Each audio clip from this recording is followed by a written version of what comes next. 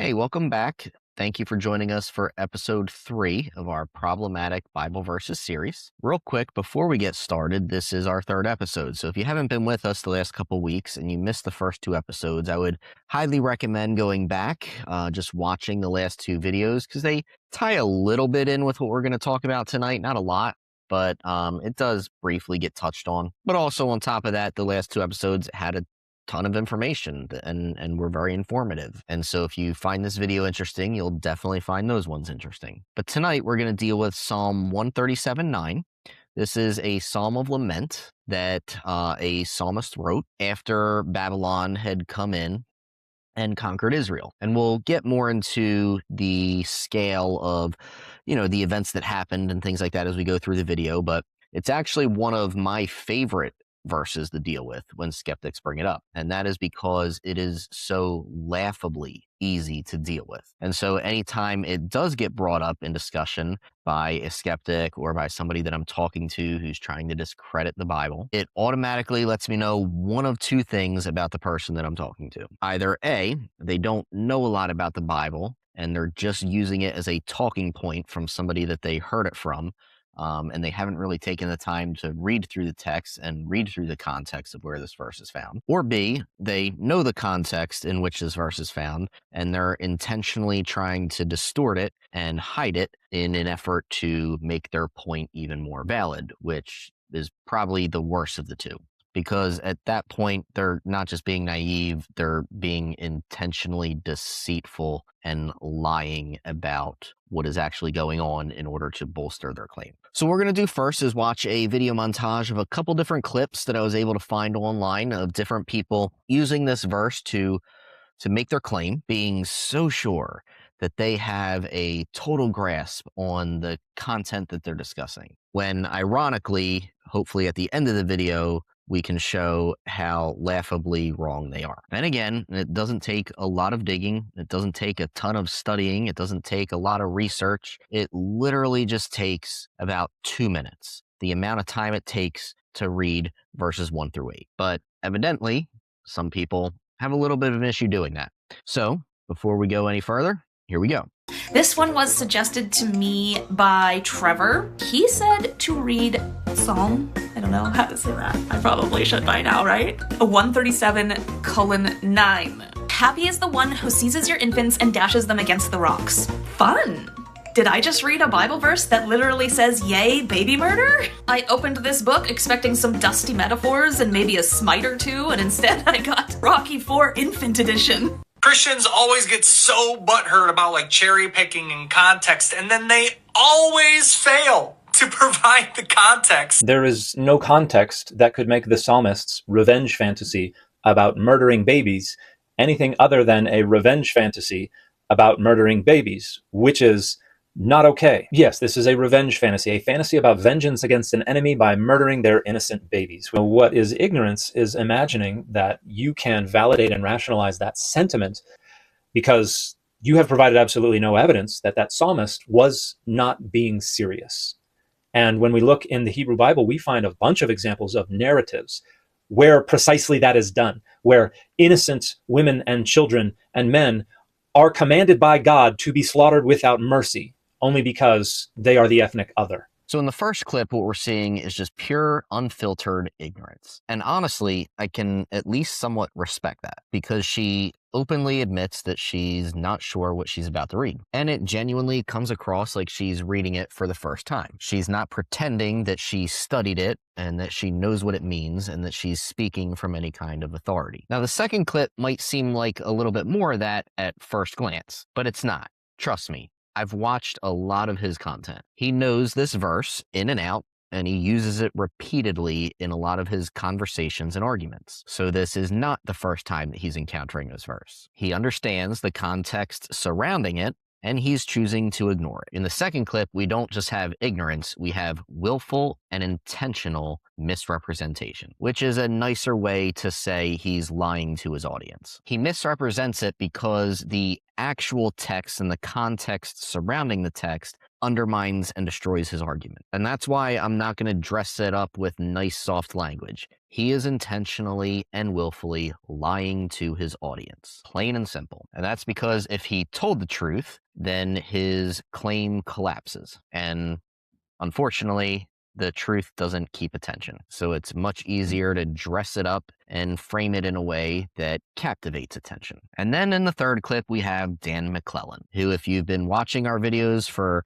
any form of time or following us, you know very well. Dan chooses to take a different approach. Instead of ignoring the context, he chooses to reframe it, casting the passage as nothing more than racially motivated fantasy, as if the entire verse and the entire issue can be simply reduced to, this is racism. There's nothing else to see here. And look, I get it. That reframing drives engagement. It taps into a cultural conversation that already has momentum and that people already love talking about and discussing. But that's exactly the problem. It's not a genuine reading of the text. It's a narrative, or as Dan would say, it's a dogma. And just like the second clip, he knows how to construct it and reframe it in a way that benefits him and his audience. Because again, as Dan would say, he needs to perform his credence for his audience and give them what aligns with their expectations so that they stay engaged. And stepping outside of that and being honest with the text is something that would probably cost viewership to his channel, and probably not a risk that he's willing to take. So what we're going to do real quick is we're going to actually read the entire chapter of Psalm 137. I'm personally going to be reading from the New Living Translation, but you can be the NLT. You can read from whatever translation you would like. They all pretty much say the same thing. I'm just personally not a fan of the NIV. I feel like it gets a lot of translation wrong. I feel like a lot of the transcribing that took place for the NIV gets a lot of the interpretations wrong. So I feel like the NLT is at least a somewhat more accurate rendering of what we're trying to read. So if we pick up in verse 1, beside the rivers of Babylon, we sat and wept. As we thought of Jerusalem, we put away our harps, hanging them on the branches of poplar trees. For our captors demanded a song from us. Our tormentors insisted on a joyful hymn. Sing us one of those songs of Jerusalem. All right, so before we even get to verse 9, we get a nice little backdrop to the story that kind of starts telling us what's happening. The psalm opens with a group of people who are in exile, sitting in defeat and in humiliation. These are people who have just watched their homes completely destroyed, burned to the ground. They've seen their temple destroyed. They've seen their family members quite literally slaughtered in front of their own eyes. And now they're sitting in a foreign land with nothing but a distant memory of the things that just happened. So what do they choose to do? They hang up their harps. See, their harps were symbols of joy, of identity, of cultural worship. So they're setting them aside. And it's not because they want to, it's because they physically can't sing anymore. They're in so much grief and in so much pain and torment from the things that they've just seen and the things that they've experienced that they can't sing songs of praise and joy anymore. And then comes the part that most people like to skip over. They don't like to read because, or they don't like to talk about, I guess you should say, because it paints a really dark picture. Their captors, the ones who conquered them, the Babylonians, start mocking them. They tell them to sing them songs of joy, sing them songs of Zion. So I want you to think about that. This isn't a polite request. This isn't the Babylonians saying, "Hey, can you sing us a great song? We heard you guys are really good with songs. Sing us one." No, this is complete and utter humiliation. It's saying, go ahead, entertain us. Sing those songs, the ones about your God, the one who couldn't save you. This is turning their trauma into a performance. It's forcing them to perform while their conquerors laugh at them and point at them and humiliate them, and the captives are grieving. So it's important to understand that this is where the psalm begins. It doesn't begin with hatred. Doesn't begin with racially motivated language. It begins with grief. It begins with pain. It begins with sorrow. So before anyone goes to the end of the chapter and picks out one little verse and tries to weaponize it, you need to sit here first. Because if you don't understand the grief that the captives are experiencing in verses 1 through 3, then you're going to misunderstand and misrepresent the entire narrative that follows. Moving on to verse 4. But how can we sing the songs of the Lord while in a pagan land? If I forget you, O Jerusalem, let my right hand forget how to play the harp. May my tongue stick to the roof of my mouth if I fail to remember you, if I don't make Jerusalem my greatest joy. Now, watch what happens next, because we start to see the tone shift. We're still in Psalm 137. We're in verses 4 through 6, but we're still not seeing any violent rhetoric. We see the psalmist move into conviction. How can we sing songs of the Lord in a pagan land? That's not just a simple question. It's a statement of identity. It's them saying, we can't pretend that everything is normal. We can't just go through the motions. We can't just sing songs of joy when everything that's important to us has been stripped away. Because to them, to the Israelites, Zion wasn't just a location. It was literally where God's presence dwelt. It was where their worship was centered, and it was the heart of everything that they were as a culture and as a nation. And now it's gone. It's in complete ruin. So instead of singing, they make a vow. If I forget you, Jerusalem, let my right hand forget how to play the harp. In other words, if I move on and I pretend that this doesn't matter, if I ever become comfortable in a place and a homeland that was built on the destruction of everything that I love, then let me lose my ability to play. Let my identity of who I am fall apart. May my tongue stick to my mouth if I fail to remember you. That's not them speaking in hatred. It's loyalty. It's a people saying, we refuse to forget who we are. Even when everything around us is trying to redefine us, even when it would be easier to adapt, to assimilate, or to just move on and accept the loss, we won't. We choose remembrance over comfort. We choose faithfulness over survival. So again, before we jump ahead and we choose to isolate a single verse, we're going to stop and sit here as well, because this isn't the language of cruelty or of racially motivated vengeance or racially motivated fantasy. It's the language of a people who are desperately clinging to their identity, while in the middle of a loss, of exile, and of pressure that's trying to force them to forget who they are. Verses 7 and 8. O Lord, remember what the Edomites did on the day the armies of Babylon captured Jerusalem. Destroy it, they yelled. Level it to the ground. O Babylon, you will be destroyed. Happy is the one who pays you back for what you have done to us. Now the shift becomes even more noticeable, because in verses 7 and 8, the focus turns outward. Up until this point, everything's been internal. It's been about grief, identity, and remembrance. But now the psalmist and the Israelites start naming what happened, and they're starting to give us a more descriptive picture of the events that took place in the narrative.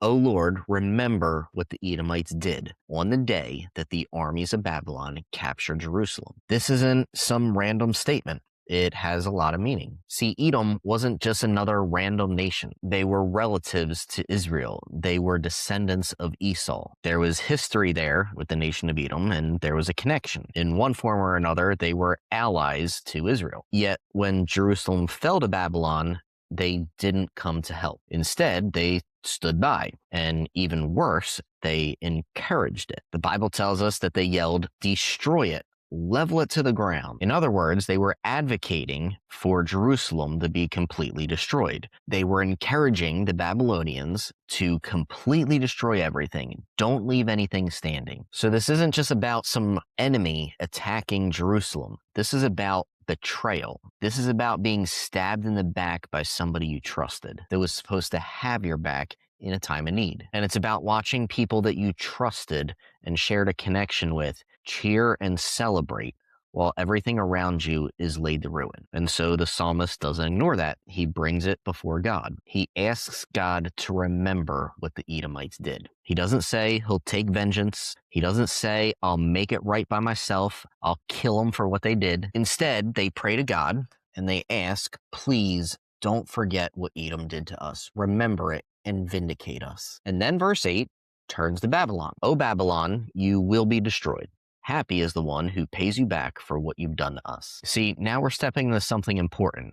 This is the psalmist giving in his mind, prophetic language. Babylon isn't being randomly cursed. It's being cursed for the actions that they did against Jerusalem. And they're being addressed as a power or as a nation that's already been marked for judgment. And again, the phrase pays you back matters. Shows us that this isn't arbitrary violence, or it's not ethnically or racially motivated fantasy, as some people claim. It's language surrounding justice. This is the principle for measure, or eye for eye, or tooth for tooth. The principle that's been in place and been established since the book of Exodus. What was done will be vindicated and will be answered. It won't be ignored, it won't be excused, and it won't be buried under time. So again, before we reach the final verse that everybody loves to quote, you need to see what's been building up to it. This isn't some calm, detached reflection. This is grief that's turned into remembrance, and that remembrance is calling for justice. And it's not being directed into personal vindication or personal revenge. It's being placed into the hands of God. Now we arrive at the final verse, the one that everybody loves to quote from Psalm 137. Happy is the one who takes your babies and smashes them against the rocks. And this is where people usually stop. They isolate that line, that verse, they pull it out of the context of everything that's come before it, and they present it like it just popped out of nowhere. Like, oh my gosh, what the heck is this? As if this is the entire message of the whole passage. But it's not, and we've already established that. This is the climax. It's the very end of the passage. Everything that we've already walked through, the grief, the humiliation, the loss of their home, the loss of their loved ones, the betrayal, the cries for justice, it all builds up to this moment. What you're hearing in this verse is not a command from God. And believe it or not, I've actually heard that argument quite a bit from a lot of skeptics, which is kind of scary because there's absolutely no textual evidence to support that claim. But if you want to see somebody making that claim, we actually covered it in a video that Dan McClellan posted and we responded to. It's the video titled, Does the Bible Contradict Itself? Part 1. And you can find it right here. But this isn't a law. This isn't an instruction. And it's not something that anyone is told to go and carry out. It's a raw, unfiltered, emotionally honest cry from someone whose life and identity has been completely shattered. And here's the kicker that a lot of people don't ever like to talk about. This kind of violence wasn't theoretical to them. It wasn't just something that the psalmist made up in a spur-of-the-moment idea. It was a reality that he had experienced. Empires like Babylon didn't wage war cleanly. They destroyed families, they wiped out generations, and they left devastation behind them wherever they went. In fact, there's quite a few verses within the Bible itself that give us a very clear picture of the type of warfare that the Babylonians engaged in. In Lamentations 5:11 through 13, we read, Our enemies rape the women in Jerusalem and the young girls in all the towns of Judah. Our princes are being hanged by their thumbs, and our elders are treated with contempt. Young men are led away to work at millstones, and boys stagger under heavy loads of wood. So here we get a very clear picture that the Babylonians were less than kind to the women and children that they encountered during battle. In 2 Kings 25, we read, They captured the king, this is Babylon, captured the king of Jerusalem, and took him to the king of Babylon at Riblah, where they pronounced judgment upon Zedekiah. They made Zedekiah watch as they slaughtered his sons. Then they gouged out Zedekiah's eyes, bound him in bronze chains, and led him away to Babylon. And we also have other historical evidence, such as Assyrian inscriptions, and other biblical evidence that shows us that the Babylonians explicitly bashed young children and infants against rocks as a way to humiliate and torture their enemies, and they made them watch as they did it. So again, the psalmist in Psalm 137 is speaking about something that he's physically seen with his own eyes, that he's been forced to watch, and he's putting into words the kind of pain that isn't going to come out neat or polished. And I think it would be dishonest for any one of us to expect anyone who's gone through that to be able to neatly and cleanly express their pain. But here's the important thing. Instead of taking that pain into his own hands, and instead of responding with personal vengeance, the psalmist chooses to bring it before God, not as a command or not something to imitate or not something that should physically be done, but simply as an expression of pure anguish, because the Bible never tries to sanitize human emotion. We're humans. We were created with emotion.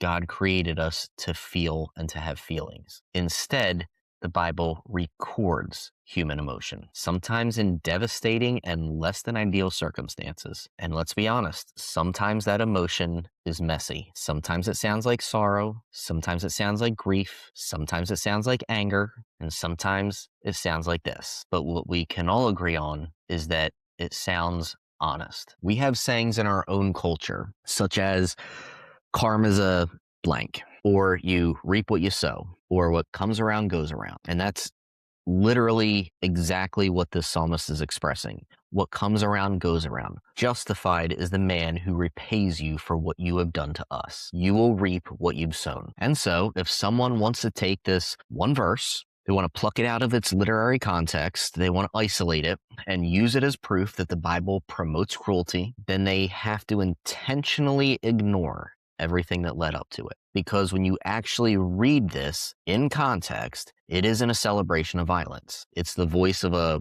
broken people, of a broken man, trying to process justice in the aftermath of complete and utter devastation. And like I said in the last video, if your claim requires you to not only completely ignore and disregard the biblical and textual evidence, but to completely disregard and ignore the historical evidence, and to completely ignore and disregard the scholarly evidence, then it's at least worth questioning how relevant your claim may actually be. And if you made it this far, I genuinely appreciate you taking the time to check this out and then watch the video. These are not easy passages to deal with. They're not easy passages to read, and they're not meant to be. But that's exactly why we can't afford to just pull a single verse out of context and build an entire argument around it. If we're going to wrestle with scripture, then we have to be willing to wrestle with all of it, not just the parts that fit our narrative. We have to be willing to look at the history, the language,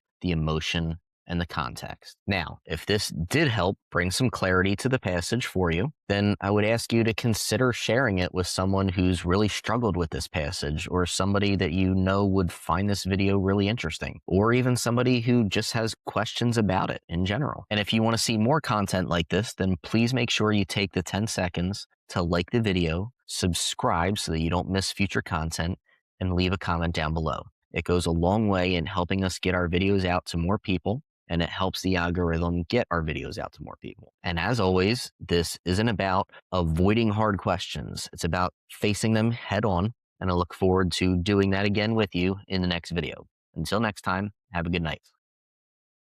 We got just everything you need. We're here to take the lead. It's not like anything you've seen.